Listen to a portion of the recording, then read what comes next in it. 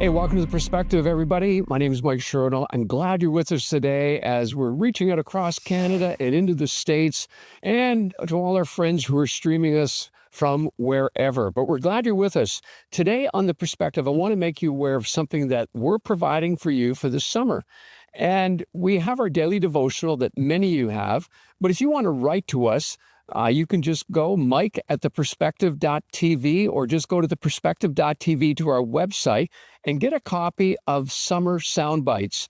And what we're providing is short devotionals that you can read every day. And with it, if you choose to, we'll send out a video clip it'll be about 1 minute long from yours truly to help you unpack the teaching for the day. So go to our Perspective website and get a copy of that for the summer. I'm really excited today to have a friend from a long time ago. We haven't connected in years. He's a pastor, pastored in Vancouver, and then now he's in the States, Pastor Mark Clark. Mark was a founding pastor at Village Church in, I guess it would technically be Surrey, BC. But when he pastored that church, it grew exponentially. It was exciting to watch from a distance. And then he got called to an amazing church, Bayside Church in Sacramento, California. He's the author of several books. One is The Problem of Jesus.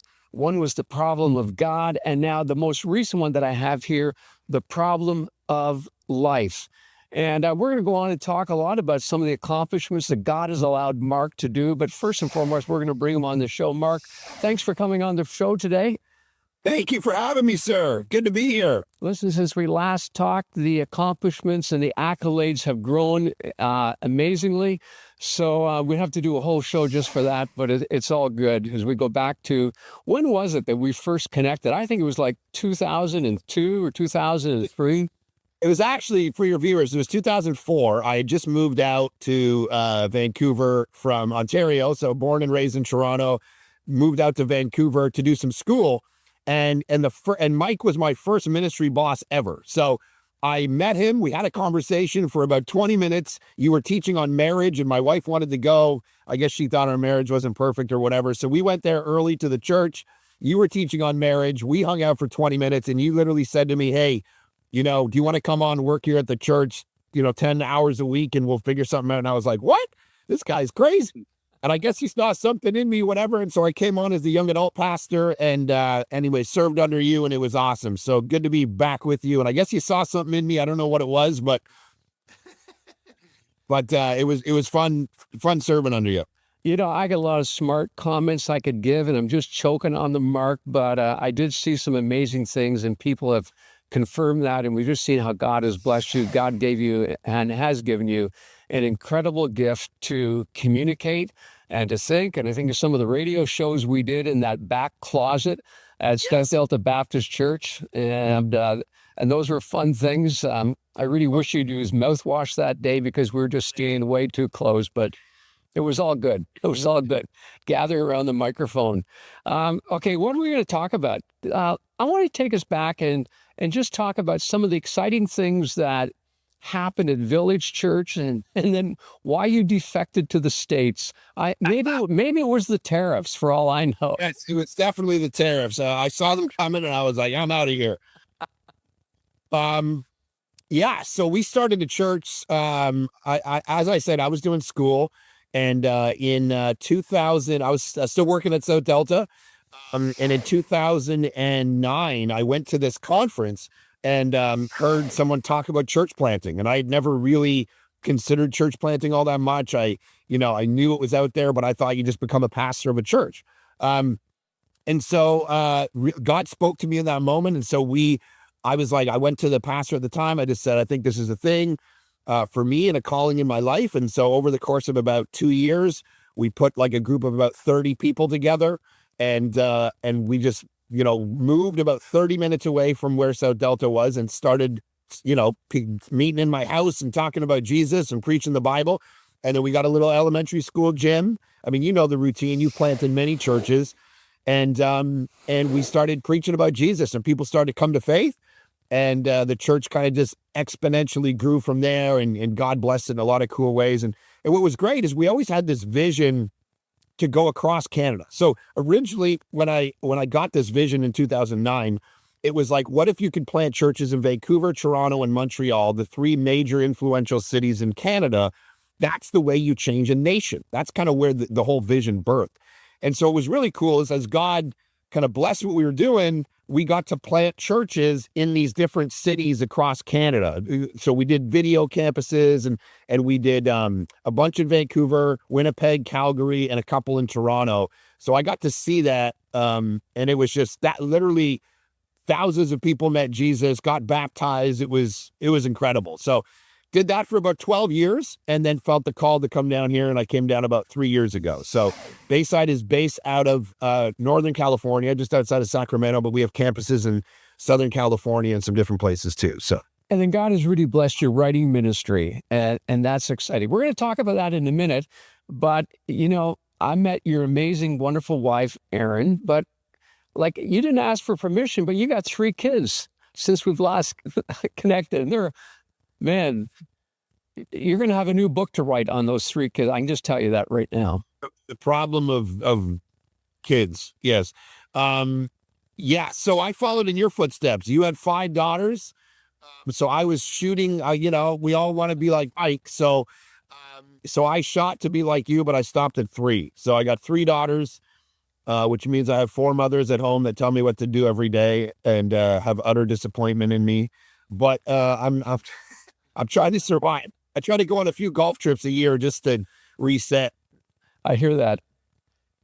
You've written these books. Let's talk especially about the problem of life.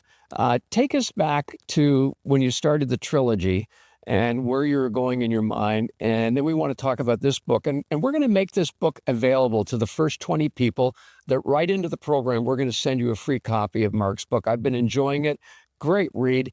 But let's go back to the first trilogy. You got all these problems, and problem of Mike, the problem of daughters. But okay, let's go.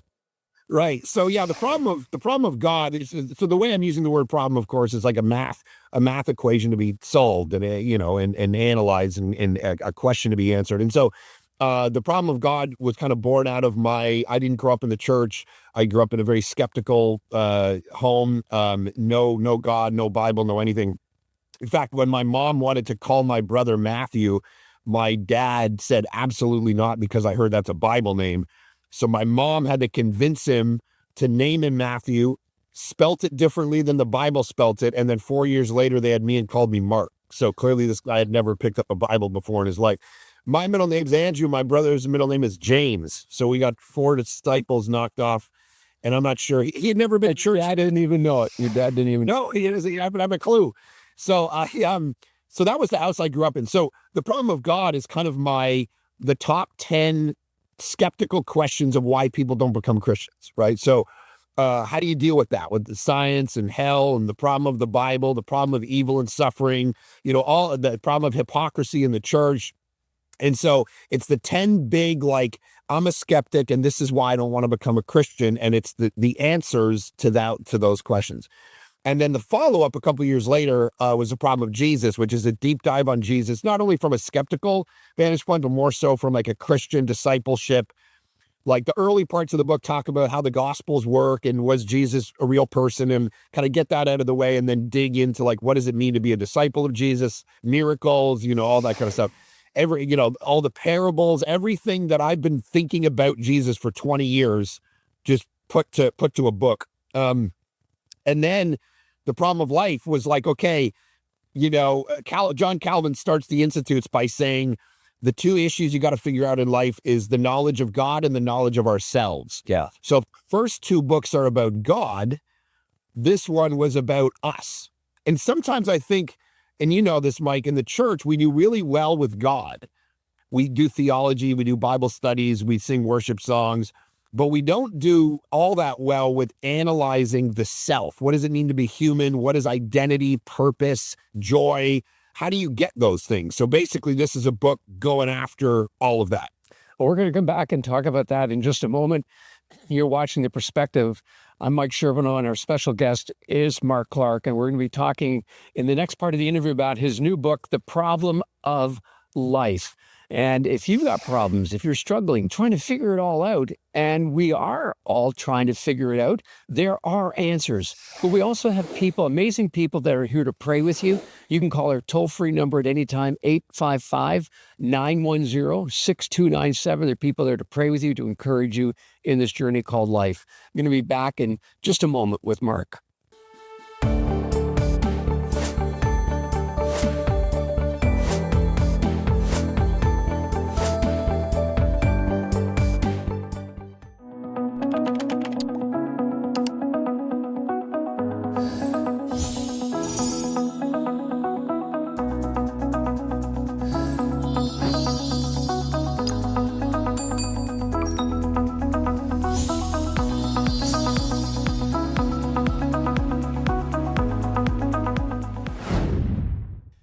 Hey, welcome back to The Perspective. Mike Sherbino here, and I'm really excited that Mark is with us in the studio.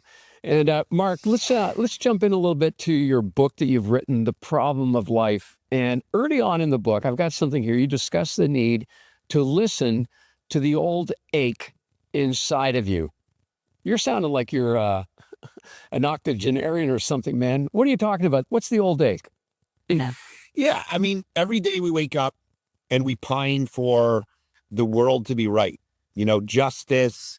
We hate evil things. We desire to be more happy. We look around at brokenness. The question is, existentially, what is that? Why do you, if you weren't made in the image of God, if there was no God, if he didn't put that in your soul, if you aren't a soul being, if we're just animals running around, you would never know to compare the universe with anything and say, oh, it's broken. You would just say, oh, this is just the way things are. But the fact that you know that, the fact that you pine for it, the fact that you hear a great song or you watch a film and a scene transcends, like you feel like you kind of hit another level, or maybe you're walking around at night and you're just like, you connect to that thing on the other side of the veil, and you're like, and you have these moments in life that feel like they're bigger than just normal life. And the question is, what is that? And so C.S. Lewis, that's a phrase from C.S. Lewis, you got to follow that old ache inside of you. You have an ache for things to be better. And the reason is because there is a God, and he made you in his image, and he put eternity in your heart, and you have nostalgia and a memory of what it was like to be in the garden and to walk with him when there was no brokenness or cancer or tumors or racism or awfulness in the world. And so instead of stuffing that down and ignoring it, follow it, because you're actually going to end up connecting with the God of the universe who loves you, who made you. And we live in a culture, I mean, you've noticed this, Mike, but we live in a culture that has tried to solve every problem we have. So we have more education, more technology, more medical help than we've ever had in the history of time. And yet we're more anxious, more depressed, more suicidal, more lost than we've ever been. Why do those two things? We haven't been able to solve ourselves by just ourselves, by looking at just us, humanism, the project of the last 100 years where we've eliminated God and gone, well, just go inside yourself and find that old spark inside of you, and you're divine and all of that. It hasn't worked, because we know that we can't be the answer to our own problem. So that's what the old ache, you got to follow it versus ignoring it. I got a couple other skill testing questions for you, but before we do that, let's just unpack this a bit more. Take me back to your own journey of faith. And how did the old ache surface in your life? And I know we could be a couple hours because you've had a painful journey, but is there a couple of key things that you could share that's just going to connect with our viewers? Yeah, I think, I grew up in a home of divorce. My parents got divorced when I was about 8 or 9. And the trauma of that actually gave me Tourette's. I don't know if your audience knows too much about Tourette's, but it's why I like tweak around a little bit and make weird noises and whatever. And so the trauma of that event gave me that. So I was like a kid dealing with Tourette's and obsessive compulsive disorder as a kid growing up. My father passed away when I was 15. Had to kind of go through, didn't grow up in like a super wealthy family, like none of that. And so, I had to go through the pain of what a lot of your viewers go through. The world is broken. I mean, the world is perfect. It's a mess because of sin. We all enter this world into a very broken world. And that was my life growing up. And then when I was 17 or 18 years old, a guy told me about Jesus. I was in high school, a guy named Chris. And he said, man, you're made in the image of God. He loves you, but you're a sinner and you're broken and you need to come back, connect to him through Christ. And I was like, what is this? Started reading the Bible, gave my life to Jesus, and he just set a whole new course for my life. All transformation overnight. I started telling everybody in my town about Jesus. I mean, I was jacked. And, from that moment on, I've been jacked. I was baptizing people in Lake Ontario after I evangelized to them as an 18-year-old kid. I'm smoking my cigarettes. I'm like, you need to know about Jesus. They come to know Christ. I baptize them. This is a year before I ever got baptized, which I don't even think theologically is sound. So the Holy Spirit just lit me on fire, and I just started to go and never look back. So I love that story. Well, that kind of is a segue to the second question I had, because somewhere in the middle, around chapter 6, you talk about this expression, look pain and suffering square in the face. Just expand on that. What was moving in and through your head when you came up with that title and as you addressed that subject? yeah, well, I think you can't write a book about the human experience from birth to death without dealing with pain and suffering. So there's 2 chapters in the book about the experience of pain and suffering, because we got to ask what pain and suffering even is. How did it get here? So I talk a little bit about that, the fall and the brokenness of creation, whatever, because from a worldview perspective, you got to answer that question. If you have a worldview that can't answer the question of why things are broken, why things are the way they are, then you have to abandon your worldview and come up with another one. So I talk about the biblical worldview of brokenness and sin and injustice and how it all, how we all experience pain and difficulty. But then, because the book is kind of 11 principles how to flourish versus flounder in life, it's like you got to look your pain and suffering square in the face. You have to recognize pain and suffering is real. And then you've got to look at it and go, how am I going to flourish out of this versus this just kills me with despair? So how do I find meaning and purpose in my pain and suffering? And this is the great thing, as you well know, and you're well acquainted, this is the great thing about the Christian view and the Christian reality versus every other worldview. Atheism does not solve the problem of evil and suffering at all, experientially or philosophically. Buddhism, Hinduism, those are karmic ideas. So if you have pain and suffering in your life, it's because you did something bad in your past life. Yeah. Which what we meet in Jesus is John chapter 9, he sees a blind man and everyone wants to blame him for his problems, just like religion does, even Christian religion. Some Christians blame people for their pain and suffering because they don't have enough faith. Well, they didn't have enough faith to do this. They didn't have enough faith to do that. And Jesus goes, whoa, whoa, whoa. We're not blaming this guy or his parents. This pain and suffering is going to be used to glorify God in the end. And so the karma idea is out. Ideas of religion are out, where we want to pile shame and guilt on people. And the beautiful thing about Jesus is he sets us free from all the pain and the guilt, even of our pain and suffering, because some of us, as you know, we start to blame ourselves. Did I bring this on myself? And the beautiful thing about Jesus is he saves us not only from our sins. This is the beautiful thing about the gospel. He saves us. He washes us clean, the Bible says, right? And so he doesn't only save us from our sins, he saves us from the sins that have been done to us. Oh, I love that. And that's vastly different than religion. Mark, we got one more minute left. We're going to stretch it a bit, but you also talk about not just pain and suffering, but purpose. Let's land the plane on that whole thing of purpose. Give us some thoughts out of your book. Yeah, so I'm speaking at a men's conference up in Oregon this weekend, and so this is kind of top of my mind, where men in our culture, and women too, of course, but a lot of men in our culture, just on an example, are lost because they have no purpose. They don't know why they're waking up in the morning. They don't have vision for their life. I remember years ago when the Vancouver Canucks lost the Stanley Cup against the Boston Bruins. Remember this? They burned the city down. Yeah. And I got up that weekend and I said, who burnt the city down? First off, a bunch of young men. And why? Because they have no vision for their life and nothing to die for. If they're willing to burn a city down for a hockey game, what a terrible, they have nothing. And so what Jesus gives you is a vision for your life. So every one of us wakes up and we need to find the purpose. What are we here to do? And I think the beautiful thing, God has given everyone gifting, talent, ability to wake up and say, you need to contribute, right? Fill the earth and subdue it. What is your job when you wake up? You can actually bring the kingdom of heaven to earth every single day. My wife was in a coffee shop the other day and she heard the voice of God tell her to go talk to a homeless guy. So she goes over, she puts her hand on his shoulder and says, "Tell me your story." He starts to cry and he says, "When I woke up this morning, I was in utter despair and I told God, if you exist, send someone over to put their hand on my shoulder and ask me my story."